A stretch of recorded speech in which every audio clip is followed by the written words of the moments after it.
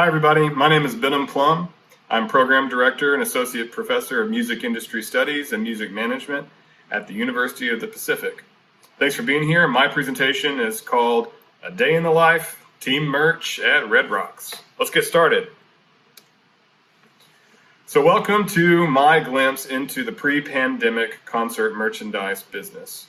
Experienced through direct field research and 4 consecutive concert seasons at Red Rocks Amphitheater in Morrison, Colorado, USA. This research serves as a historical record of a vital revenue stream of the music industry at one of the world's great outdoor venues. It also serves as a venue and a concert merchandise field guide, a how-to when at Red Rocks, if you will.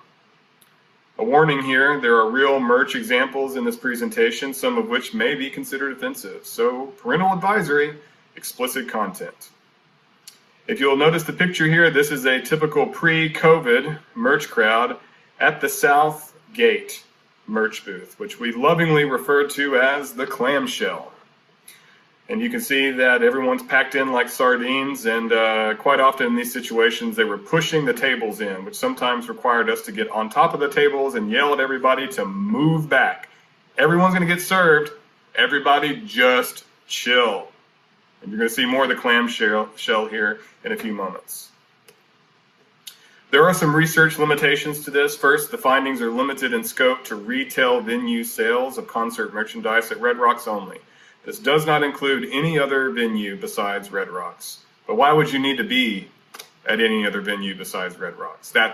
That's really the question. It also does not provide any insight into the concert merchandise income and expense analysis from the artist and the touring team's perspective.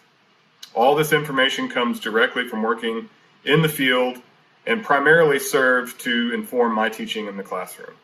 The research here is presented similar to how the concepts are taught to music industry studies and music management majors at the University of the Pacific. And you'll see here this lovely selfie of me with not much beard. And you'll see that this was my first night on the job, night 3 of Widespread Panic on June 26, 2016. Back behind me, you'll notice the little yellow sign and arrow that says the Breakup Wall.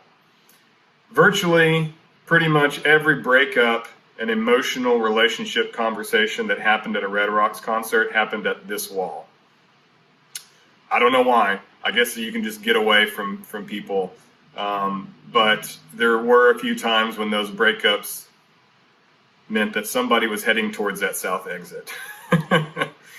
And so we lovingly dubbed this little wall here right in front of the clamshell merch booth as the Breakup Wall. A little introduction and some student mentions need to be said as well before we get into the deeper stuff of this research. This was conducted during the years 2016 and 2019 when I was Assistant Professor of Clinical Track, which is a professor of practice position at the University of Colorado, Denver. This really was a rewarding way to become immersed in the live concert and touring industry, as well as the Denver music scene and the Denver music community. Music business majors at the University of Colorado, Denver benefited first and foremost from this research, especially when that data was fresh after a concert.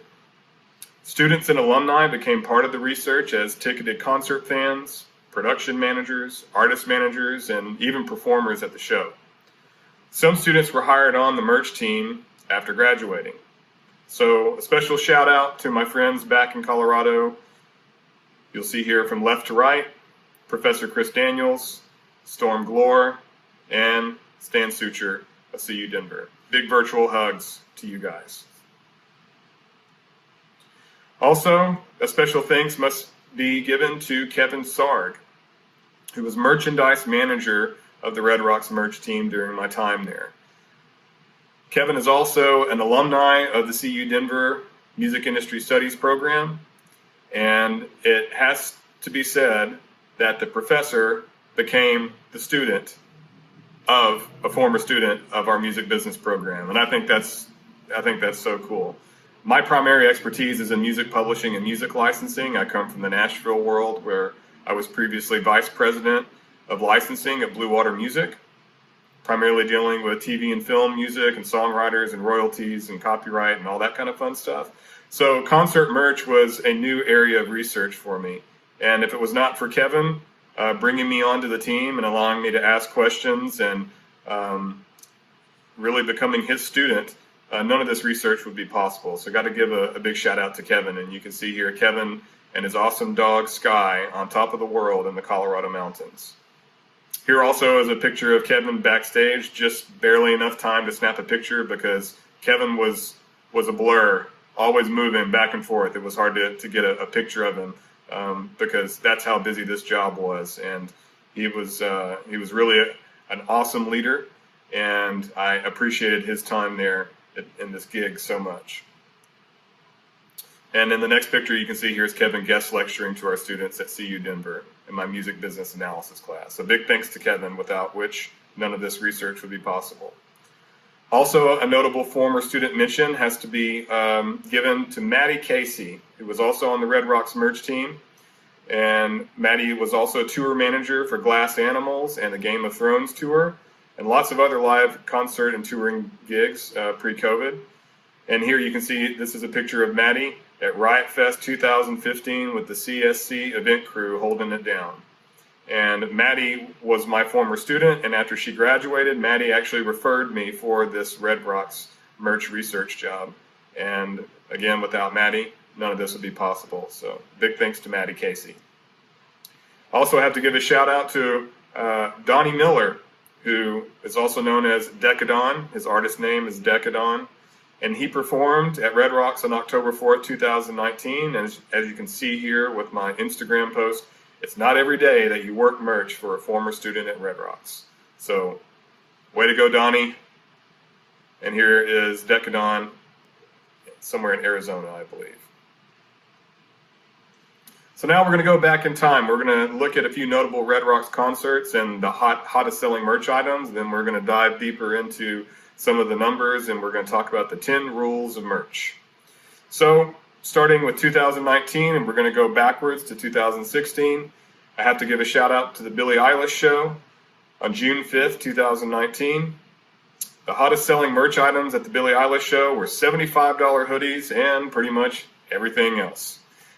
We were on our feet selling at this show for probably 5 or 6 hours without stopping, without bathroom breaks, and that was without the initial setup and counting and boxing and all that kind of fun stuff. So that was a pretty awesome show, but I did not get to see any of it because it was just that busy.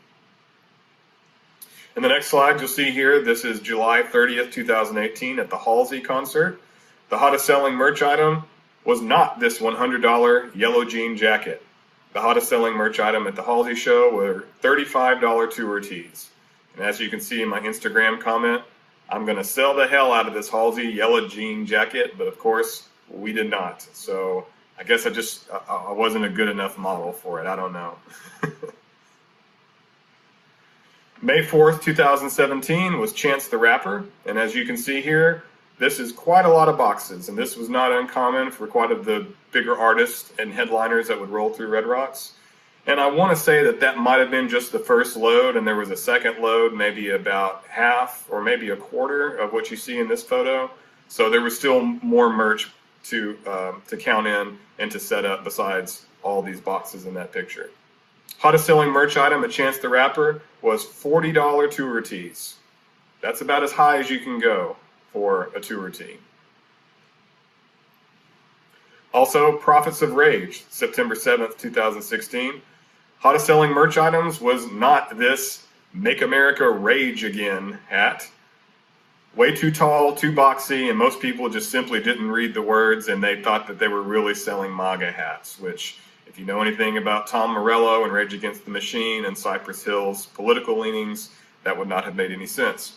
If you're not familiar, Prophets of Rage is what they call a supergroup. So this was all of Rage Against the Machine minus Zach De La Rocha, the lead singer, with members of Cypress Hill. And it was a pretty cool show. Eric Church, August 9th and 10th, 2016. The hottest selling merch items were these $5 middle fingers, which said Eric effing Church. and $35 tour tees. It's important to note here that there was no boot store for Eric Church, which is typical for some of Eric's concerts. It was requested that they set up a boot store. However, our merch team said, we are not set up to handle a boot store. We are not shoe salesmen. We are in very fast, high-paced sales. So we do not have time, and we are not set up to let people try on all kinds of boots, and we just don't have the space for that. So it was no boot store, and quite a few people did like the middle fingers, though, and that was pretty funny. 21 Pilots on July 12th and 13th, 2016. The hottest selling merch item here were $30 tie-dye t-shirts, as well as a $100 ukulele. And you can see there's some of our team there counting through, and some of us trying to figure out what do we do next, because this is a lot of merch. Modest Mouse, June 29th, 2016. Hottest selling merch items at this show was this awesome $30 bison tee. As you can see, I'm wearing that in the picture, and I still have it in my concert merch wardrobe, as well as the only time that I know of this has ever happened, and in all the years that I was working at Red Rocks, this is the only time we did something like this, was a record store on the plaza. And I'll explain the layout of Red Rocks here in a moment when we take a virtual tour of the venue. But needless to say, there was a lot of work to haul lots and lots of heavy vinyl all the way up to the top of a mountain and set up a record store. That's something that we usually are not set up to do, but we did do it in this particular show, and the fans absolutely went crazy for all of the different side projects of Modest Mouse and all the different vinyls that were available for that. So that was quite new to the merch experience, which is usually going to be limited to things like t-shirts and hats and trinkets and so forth. And here's a list of more Red Rocks concerts, which time fails us to go into each of them, but I have to give a shout out to things like Nine Inch Nails. So if you'll notice here, this is the Red Rocks event poster for Nine Inch Nails. What's really cool is a lot of these event posters at Red Rocks, they have all these really awesome space themes, and I am a total space nerd, and I love this black hole over these Red Rocks with the Nine Inch Nails logo right there. And so had to give a shout out to that. Above me that you cannot see right now is Queens of the Stone Age.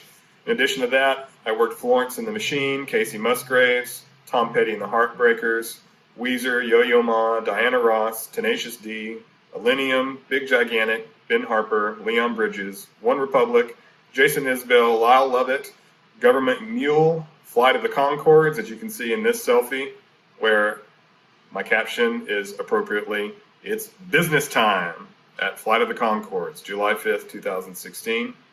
Steve Miller Band, Greta Van Fleet, Imagine Dragons, Joe Bonamassa, Avett Brothers, Need to Breathe, LCD Sound System, Old Crow, Medicine Show, Paramore, 311, Atmosphere, Tech Nine, and countless other EDM and jam bands that I cannot remember. But let's be honest, a lot of those fans at those EDM and jam band concerts probably don't remember either.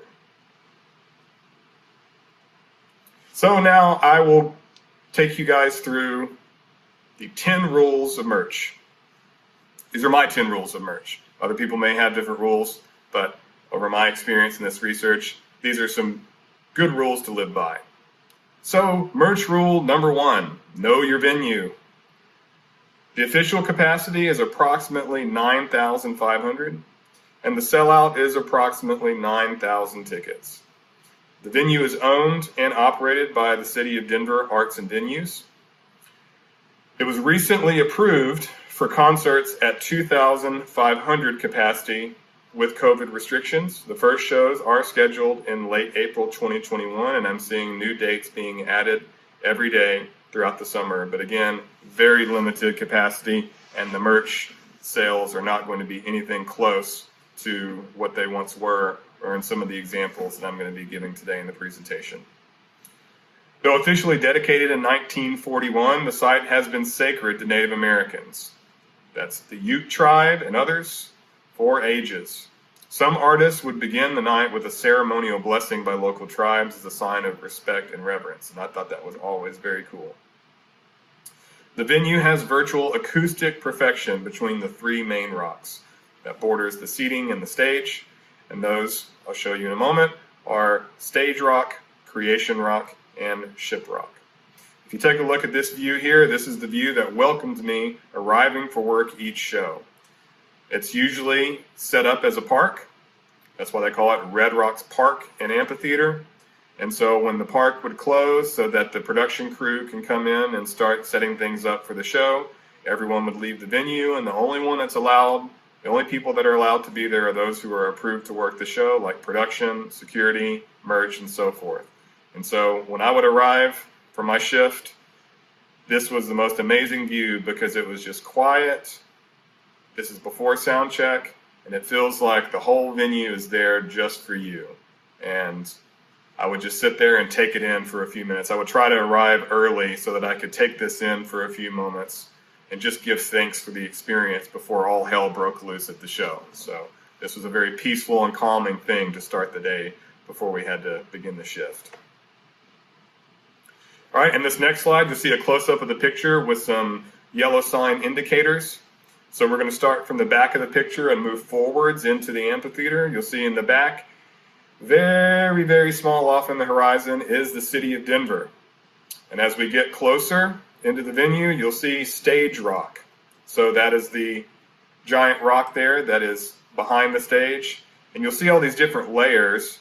And these rocks are, as my understanding, and I'm no geologist, these are old, ancient ocean floors that dried up and raised up over millions of years. So what we're looking at here are these layers of red sandstone rock are ancient prehistoric ocean floors. And as we move here to the left or your stage right, you'll see that's creation rock. And of course, that's just a very small portion of it in the picture. And then on both sides of the seating, you'll notice that I've indicated booze booths. These are the booths where you can get alcohol, not merch. That's important. Those things are separate, and we'll talk about that later, okay? So when you're at Red Rocks, know the difference between your booze booths and your merch booths. Different places, different items. And in the middle there, you'll see front of house. This is where the sound engineer, the front of house engineer, works all the sound for the band, and the production team sets everything up so that everything is sounding beautiful. And we'll talk about the tunnel here in a little bit. There is a tunnel that goes under the front of house from the stage. Also, Red Rocks is a neutral venue. The concerts are booked by both AEG Live and Live Nation. Denver Arts and Venues rents to the concert promoters for these shows, and then contracts with Aramark for concessions, including the merch sales, and Argus for event security. It's important to note what fly dates are. Fly dates are important for Red Rocks. Live Nation and AEG have holds. Those are dates held on the calendar for concerts in the future. So Live Nation and AEG have holds on the concert calendar years into the future. Sometimes artists must fly in to perform instead of the concert date being directly on the tour route. Tour routing with a Red Rocks date can be a jigsaw puzzle inside a Rubik's Cube. So thank you to all the booking agents out there. Band merch items at Red Rocks, and you'll find this interesting, I'm sure. Red Rocks is a no glass and a no stickers venue. Why no glass? Because inebriated people do stupid things like throw glass bottles at the artist, or they endanger other fans breaking the glass on accident or on purpose. It just happens sometimes. No stickers, because again, inebriated people stick them on the rocks that are millions of years old, and this is a world-class park, people, come on. And an omen of things to come, pre-2020, no face masks. The official policy before 2020 banned face masks for security, face identification reasons. One exception was made by the venue for this F me up face mask from the Alice in Wonderland concert on August 10th, 2019. And you'll see here my old buddy Kenny, who is displaying the face mask, an omen of things to come from an EDM concert in 2019. Also, be aware of the weather and the altitude at Red Rocks. You'll probably need some rain gear. It might rain, and if it does, be ready. Powerful storms, not in the local forecast sometimes, can roll in over the foothills and Mount Morrison. You also want to mind the elevation and hydrate often. It's a hike virtually anywhere in the venue, and the elevation sits around 6,000 to 6,400 feet above sea level. Some on tour get altitude sickness, so you have to take care. It's also interesting to note that there is good merch in bad weather. Hoodies, windbreakers, rain jackets, and long sleeve shirts can sell like gangbusters with an ill-prepared audience. Many touring teams that know the venue well will gamble on these merch items. The tour will order some Red Rocks inventory weeks or months in advance, anticipating that it may rain or get cold the night of the concert. And you can see in this picture here, this is a lightning delay at the Hart and Joan Jett show. This was taken inside the clamshell August 30th, 2016. An important and funny story to tell about this is that when you're at an outdoor venue and it starts raining, especially when the wind's blowing, the rain will blow into the merch booth and get everything wet. And because we're at the bottom of the mountain, sometimes there's a flash flood and the water just comes right through the merch booth. So this is an adventurous place to work. At this particular show, people were still buying merch in the middle of the rain. And in this one instance, someone asked for a shirt, and so I sold it to them, and because everything's wet inside the merch booth, I sold them a wet shirt. And they grabbed the shirt, and they looked at the shirt, and they looked at me, and then they looked at the shirt again, and they said, "This one's wet." And you know what I said? "You're wet. I'm wet. Everything in the merch booth is wet. It is wet falling from the sky. You want a different shirt? Yeah, I want a different shirt. This one's wet. All right, give me that." So I take the wet shirt, throw it back on, and I threw another wet shirt at him. I can't do anything about it, man. It's raining. You're at Red Rocks. Welcome to the party. All right, in our next slide here, this is a overview of Red Rocks. And I'm going to give you a quick virtual tour through the venue. And as you can see in some of the signs here, I'll start at the back where you'll see Mount Morrison off in the foreground there. So above Red Rocks is Mount Morrison, which reaches up to approximately 8,000 feet. And then down below we have the venue. And over here to the south and to the left of the picture is what we call Ship Rock. To the right and to the north is Creation Rock. And then down below, behind the stage, is Stage Rock. So that's what creates that beautiful acoustics at the show. And then this is, again, to distinguish from our booze booths and our merch booths. We have two primary merch booths at Red Rocks. We have the Southgate Clamshell, which is down at the South Gate. You can see off to the left at the bottom of Ship Rock. And then we have what we refer to as Plaza Merch, which is near the north or the top gate.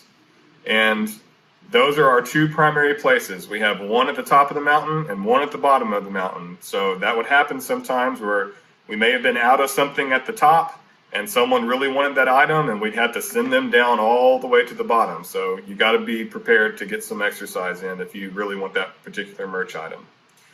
And off to the bottom left corner, you'll see this way to the Trading Post. The Trading Post is a building where they're house merchandise items for Red Rocks, just official Red Rocks merch. That's not what we were selling. We were selling the artist merch. That's two separate things. As well as the Colorado Music Hall of Fame. And quite often, the artist buses would park there at the Trading Post, and that's where we would sometimes go and get the merch and then bring it back up. And you'll see that there's a little red arrow here that says virtual tour route. So we're going to start our tour route behind Creation Rock at the north gate. And I'm going to take you past Plaza Merch. We'll stop and take a view at Ship Rock. And then, of course, I'm going to show you the view from the stage. So in this next picture here, you'll see this is the top north gate with the visitor center and Ship Rock in the back, and then Creation Rock above us to the left. And you'll see this statue here with the mask. You can tell when I took this picture. This is a monument to the Civilian Conservation Corps, the group of civilians that actually did the excavation work to create the official amphitheater. So shout out to FDR's New Deal. And your tour guide here is going to be my 6-year-old son, Liam. So here's your tour guide, Benom Plumb, standing in front of Plaza Merch booth.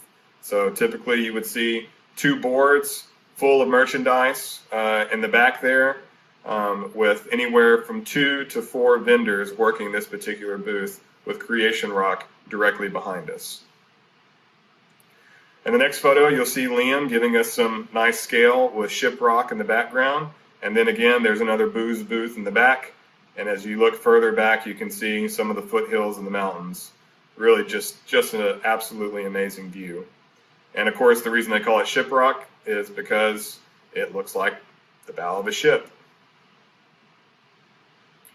And now here we are on the stage of Red Rocks. So on both sides, we have Ship Rock off to our stage left, Creation Rock to our stage right. You can see I've noted where Plaza Merch is all the way back up at the top on the north side. And then behind Liam here is the front of house. Typically that's going to be set up with all of our production and sound equipment. And if some people have heard of the secret tunnel underneath Red Rocks, this is where that tunnel is. It's the front of house tunnel that goes from backstage underneath the stage and then comes out here at the front of house. And what's special about that tunnel is that there's tons and tons of artist written graffiti. Every artist that's ever played Red Rocks writes their names and their autographs on those concrete walls in the tunnel. So if you see a picture of it, it just really looks like a bunch of graffiti, but it's incredibly special because it's not just graffiti, it's every artist that's ever played Red Rocks signs that wall. All right, merch rule number 2, know your deal. First of all, Red Rocks is venue sales. Okay, this is a venue-based merch staff. This merch staff does not tour with the artists, all right? The artist tour team advances the show to the venue, and the artist team dictates that pricing and the inventory to the venue. The venue is simply the vendor on behalf of the artist. So essentially, when the artist comes and plays the venue gives them some real estate to sell the merch, and the venue is providing that as a service and commissions that, which we'll talk about later. It's important to note what advancing the show means. This is important merch terminology. Advancing the show includes things like finding out who the artist rep is, who are the day of show contacts. The artist rep has to provide something called a per head dollar figure. What are the inventory items? What are those projected counts? What is the pricing of that inventory? What's the shipping information? What are the meeting times and the places? And anything else necessary the day of show to make things run smoothly. The per head dollar amount is the average per person in attendance forecasted to spend on concert merch. And we'll talk about that in just a second. You can see in this picture of the clamshell and my caption, "It is unwise to bring a heavy vending machine to a mountain venue." This particular artist had this vending machine and it was on wheels, and this particular part of the venue is quite slanted and it's very heavy, so we had quite a time trying to actually get this thing in position, and it ended up taking up a lot of space in the clamshell. And furthermore, it was impossible for us to get those merch items within our counts. So to make things easier, we just separated that and said, the stuff in the vending machine is not even going to be part of our merch deal. So you just deal with it. And so we just essentially gave them the space, and we didn't deal with any of the counts for that vending machine. All right, the per head dollar amount requires some basic analytics of past shows of comparable venue sizes and crowd buying culture habits. So this is really a simple math problem. We take our gross merch sales divided by the attendance, and that gives us our merch per head figure. It doesn't mean everybody in the venue, doesn't mean everybody in attendance, everyone that has a ticket is going to buy merch. It simply gives us a projection, a forecast of what our overall sales are going to be for everyone in attendance. For the venue forecasting and staffing, we need that per head dollar figure. And so if we take the per head, we multiply that times what the expected attendance or tickets are going to be.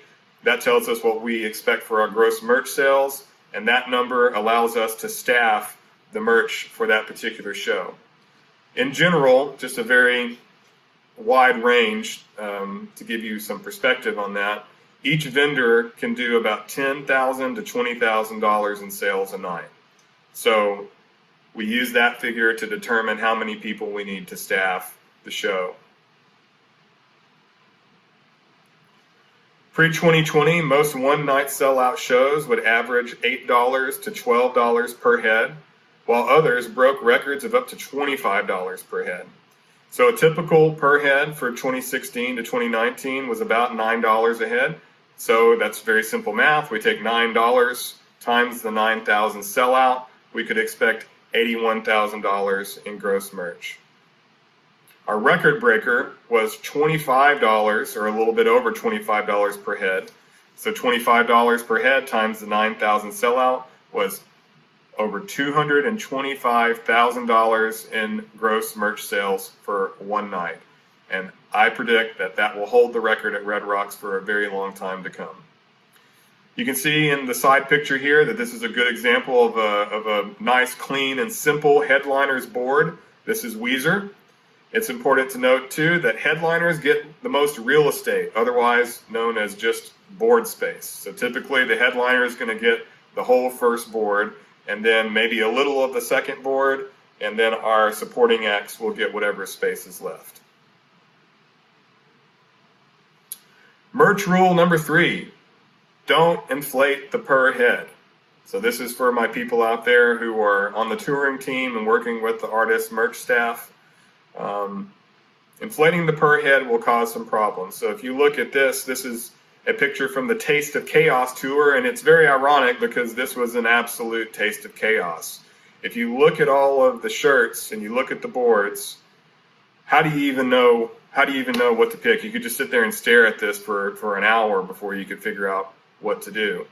And you can see here that there was barely any room to walk because of the way that we have to organize these shirts. We put them into bins, and each side of the bin has a particular size to it.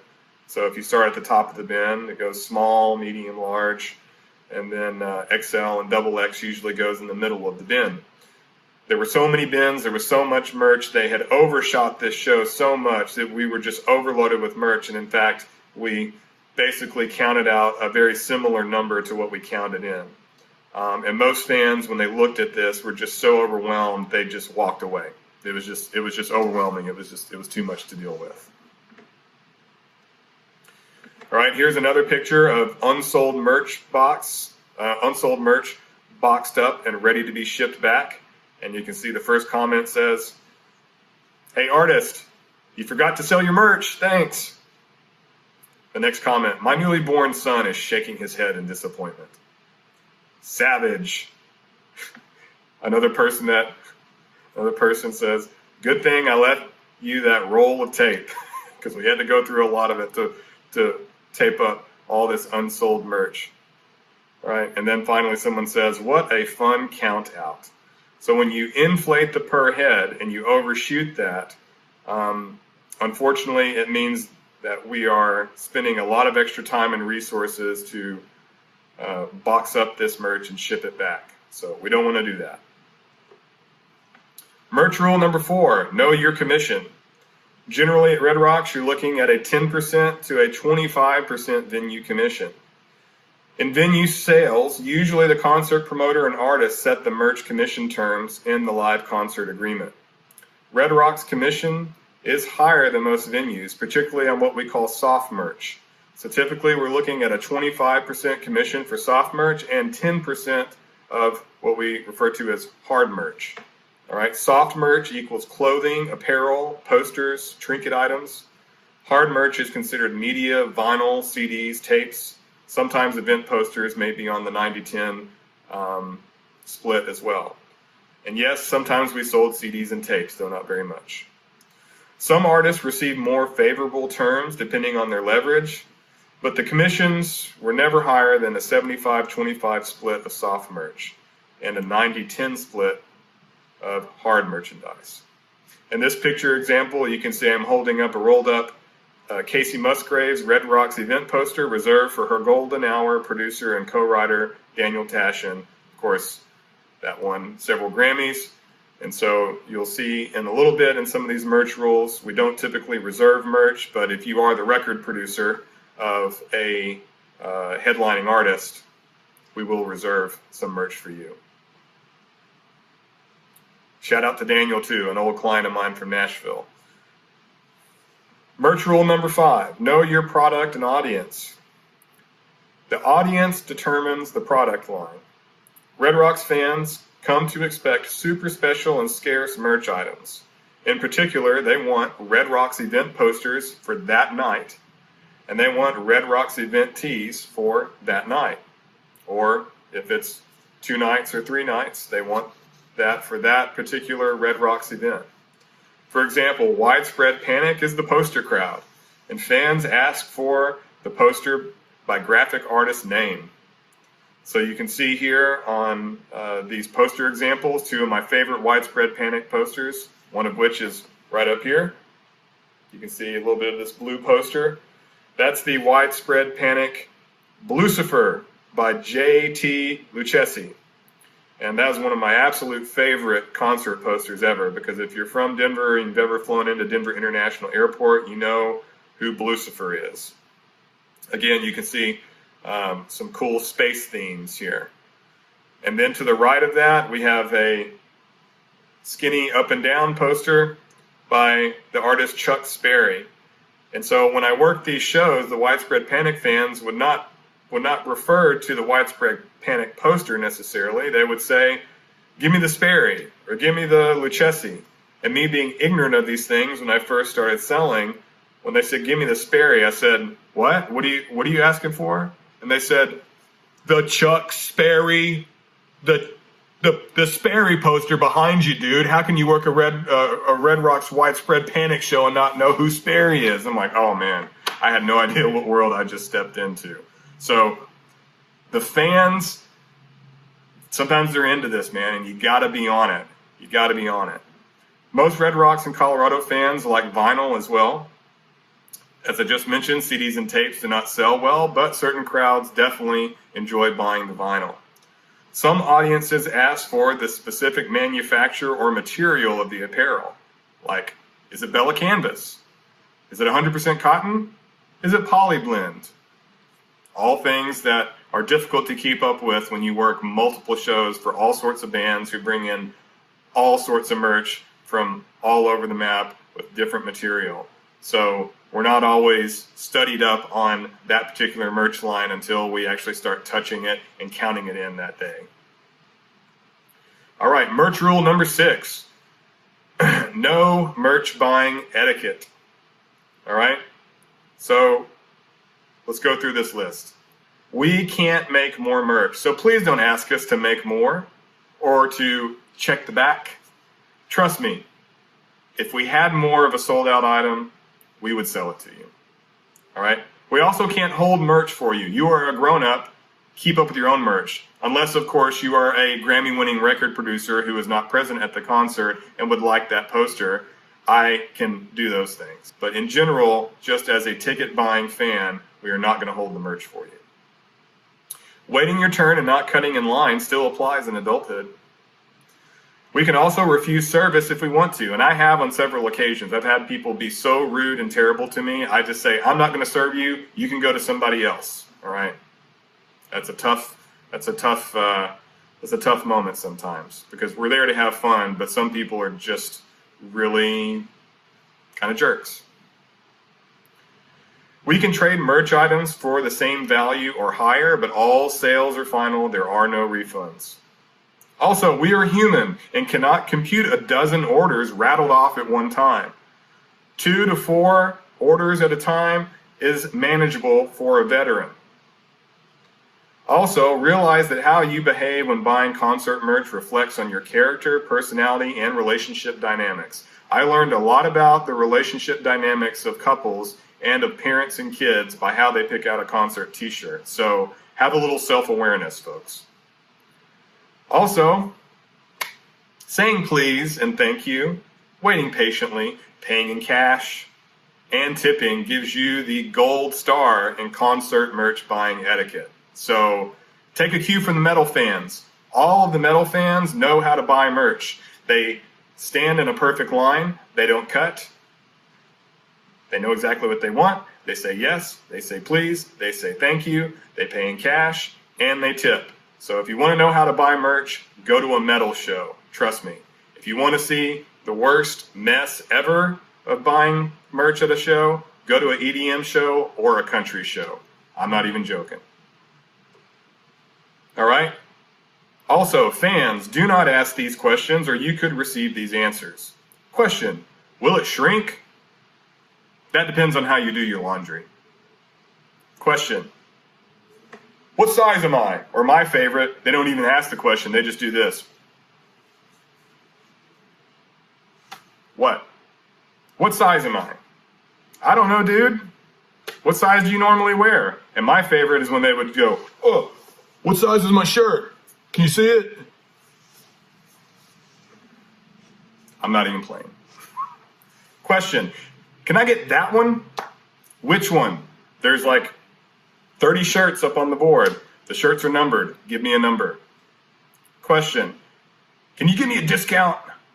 No, the artist sets the price. If I give you a discount, it comes out of my pay. Question: why don't you sell food and booze too? Because that is a recipe for chaos and disaster. That's why. Merch rule number 7, know your work day. Be prepared for heavy lifting and some good old-fashioned grunt work. This is for night owls only, and if you've worked long shifts in bartending, you'll fit right in. Clock in is between 12:30 and 2:30 in the afternoon. Clock out is between 1 a.m. and 2 a.m. The merch crew is one of the first to arrive and the last to leave the venue. So if you're thinking you're just going to pop in for a couple of hours and sell some merch and go home in time to watch the game, that is not this kind of job. Also, pretend you're camping. Pack plenty of water, food, layers, and rain gear. You'll be on your feet all day and night. And also, everyone will be your best friend if you bring snacks for the entire crew and you swap some shows with your coworkers so that everybody can get a night off when they need it. And you'll see in this picture, here's Dino carrying the big box and Killian in the back moving around these stacks of bins. Dino and Killian unload the trucks for Tech 9 on October 19th, 2019.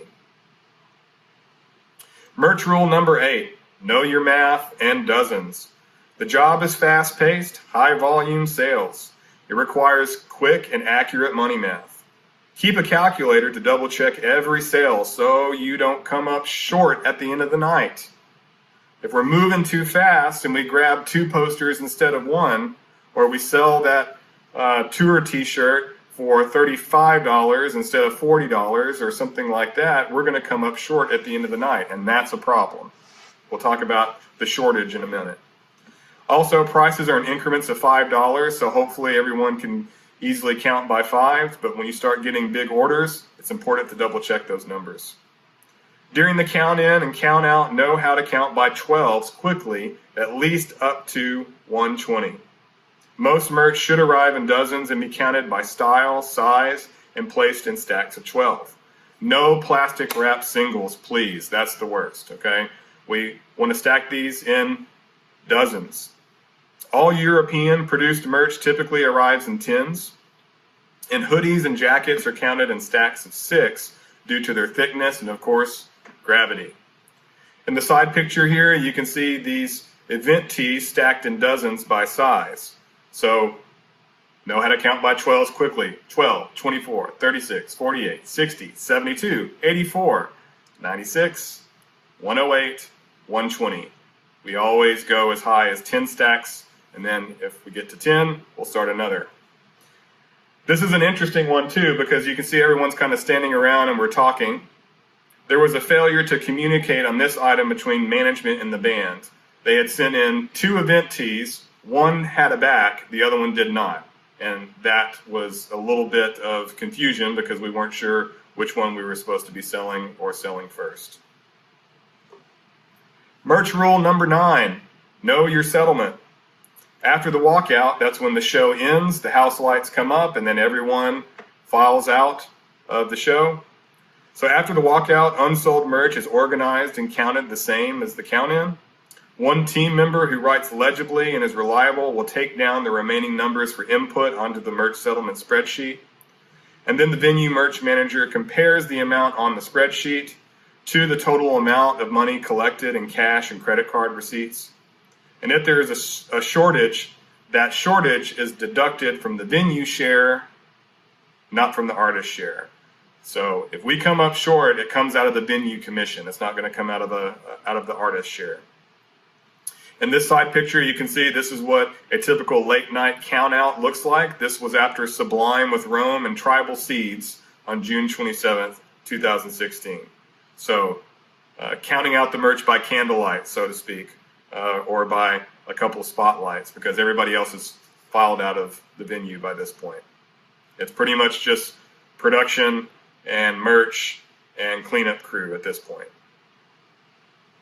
The final numbers are conferred with the artist rep, and any requested partial, usually only going to be partial cash payout is paid before the tour caravan leaves the venue. So it's possible that out of the total merch sales, the artist team may request a portion of that paid in cash that night. That helps take care of some expenses on the road. That will help pay for some tour expenses for some bands. If it's a small enough amount, sometimes the entire payout can be paid in cash. It just depends. 2 team members will then load the boxed up merch onto the artist bus, the trucks, or prepare those for shipping via FedEx or UPS.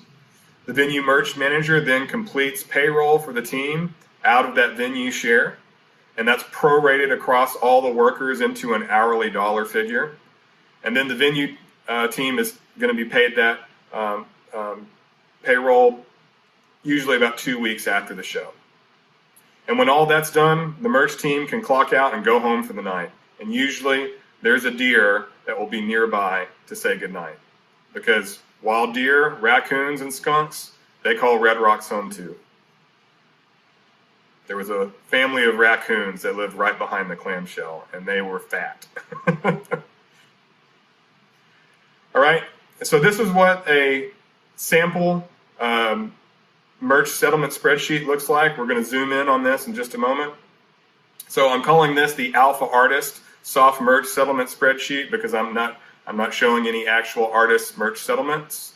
But what I've done is I've taken some real settlements and we're going to take a look at examples of what this looks like. And so if we zoom in on this, we can see on the left side, on the left column, we have our items organized by size. So we have T number 1, starting with small, medium, large, XL, 2XL. Then we have long sleeve number 1, going through those sizes. And then we have long sleeve number 2, cool hoodie, tour tee, etc., etc., etc. So there's more on this particular settlement, but we're just going to look at these items for now. And then we have these different columns that help us arrive at what our retail sales were of the merch items. The first column here is our quantity received. This is our count in number. That's during those afternoon hours before the fans arrive. And then at the end of the night, we input our in count. That's what's left over. So we take our quantity received minus what was left over, our in count, and that equals our quantity sold.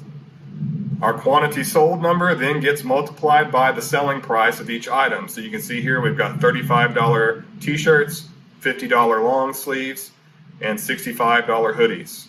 This was a pretty common price range for most big headlining artists. So quantity received minus the in count equals our quantity sold.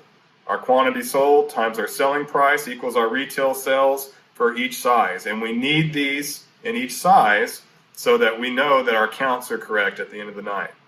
And then if you like Excel, then we simply sum that column of retail sales all the way down our merch items until we get to the bottom of the spreadsheet that gives us our gross sales as well as our deductions and our splits between the artist and the venue.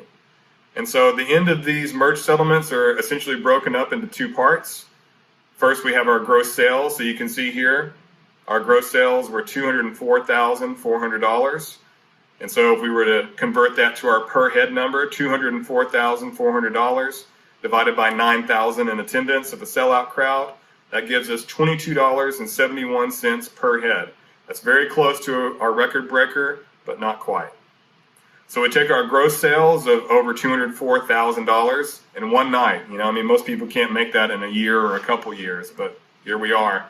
Merch is a big seller, especially at Red Rocks. Our gross sales less our sales tax. City of Morrison, I believe, is 4.5%. And so we take our sales tax, deduct that from our gross sales. That gives us our net sales of $195,598. And then we take out a security fee because the bigger artists and bigger headliners will actually pay Denver police to roam the parking lots in order to stop counterfeit merch from being sold. And so that can be a heavy cost. In this example, it was $1,380 to pay several undercover police officers to roam the lots and look for counterfeit merch. They're not there to deal with drugs or anything like that. They're just looking for counterfeit merch. That's their job. Then we have to take off our credit card fees. And then sometimes if we had to pay for an extra tent, say if we were going to be selling merch out in the parking lot, that might be an expense that's added on to this merch settlement. But in this example, that's not there. So gross sales less our sales tax gives us our net, less our security fee for counterfeit merch, less our credit card fees. That gives us a subtotal in this example of $186,506.94. And then this is where our splits come in. The venue share is 25%. And you'll see consignor share, that is the artist rep, of 75%. And so the venue share in this example was $46,626.73. Our artist share at the end of the night, they walk away with over $139,000. And there's no way we would ever pay that out in cash. But it's possible if they wanted a cash payout, which again is not in this example, they might get a very small portion of that in cash, but the rest of it will be sent via check wherever the artist rep tells us to. So that could be to the artist merchandise company. It might be to the label if the label is handling the merch. So for example, when Billie Eilish came through, that goes to Universal's merch arm, Bravado, or with 21 Pilots, that came in Warner boxes. And so those merch checks at the end of the night of the 21 Pilots 2 nights, that went over to Warner Music Group. And so again, this is an example of where the research limitations end because there is no cost, there's no per unit cost profit margin analysis here. Once that artist gets this $139,880 at the end of the night, I don't know how much it cost them per unit for each of those shirts to manufacture.